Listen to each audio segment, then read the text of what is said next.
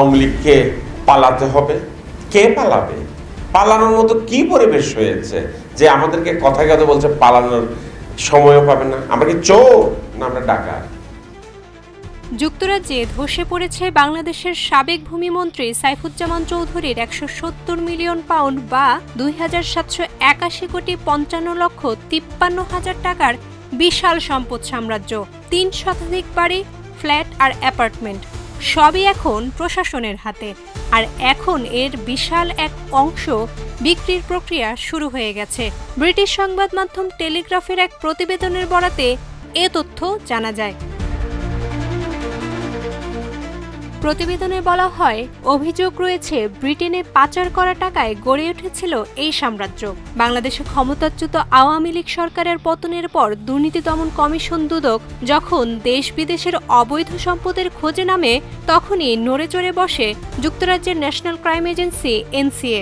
তারা জব্দ করে উত্তর লন্ডনের সেন্ট জনস উড এলাকার ১১ মিলিয়ন পাউন্ডের বিলাসবহুল বাড়ি এবং সেন্ট্রাল লন্ডনের ফিটসরোভিয়ার দামি ফ্ল্যাটগুলো।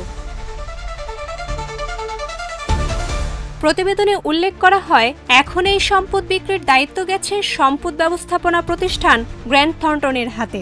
বিক্রি হবে লন্ডন ও ইংল্যান্ডের দক্ষিণ পূর্বের বহু রেন্টাল হাউজিং ব্লক। আর সেই টাকা যাবে ঋণ শোধে, যার মধ্যে আছে সিঙ্গাপুরের ডিবিএস ব্যাংক, ব্রিটিশ আরব কমার্শিয়াল ব্যাংক, এমনকি বাংলাদেশের ইউনাইটেড কমার্শিয়াল ব্যাংকও চাইছে $৩৫০ মিলিয়ন ফেরত। এই কেলেঙ্কারিতে জড়িয়ে পড়েছেন ব্রিটেনের সাবেক মন্ত্রী টিউলিপ সিদ্দিকও। অভিযোগ, খালার সরকার অর্থাৎ শেখ হাসিনার আমলে অবৈধভাবে তিনি জমি পেয়েছিলেন। যদিও তিনি সব অভিযোগ উড়িয়ে দিয়ে বলছেন এটা একদমই হাস্যকর। প্রতিবেদনে আরও বলা হয়, টিউলিপ সিদ্দিক বর্তমানে বাংলাদেশের চলমান মামলায় ২৭ জনের সঙ্গে অভিযুক্ত, যার মধ্যে আছেন ক্ষমতাচ্যুত শেখ হাসিনাও।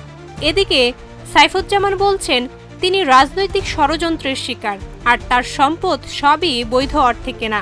কিন্তু আদালত আর এনসিএর হাতে এখন সম্পত্তির চাবি, আর সেই সাম্রাজ্য চলে যাচ্ছে এখন নিলামে। জান্নাতুল মাওয়া, প্রজন্ম ২৪।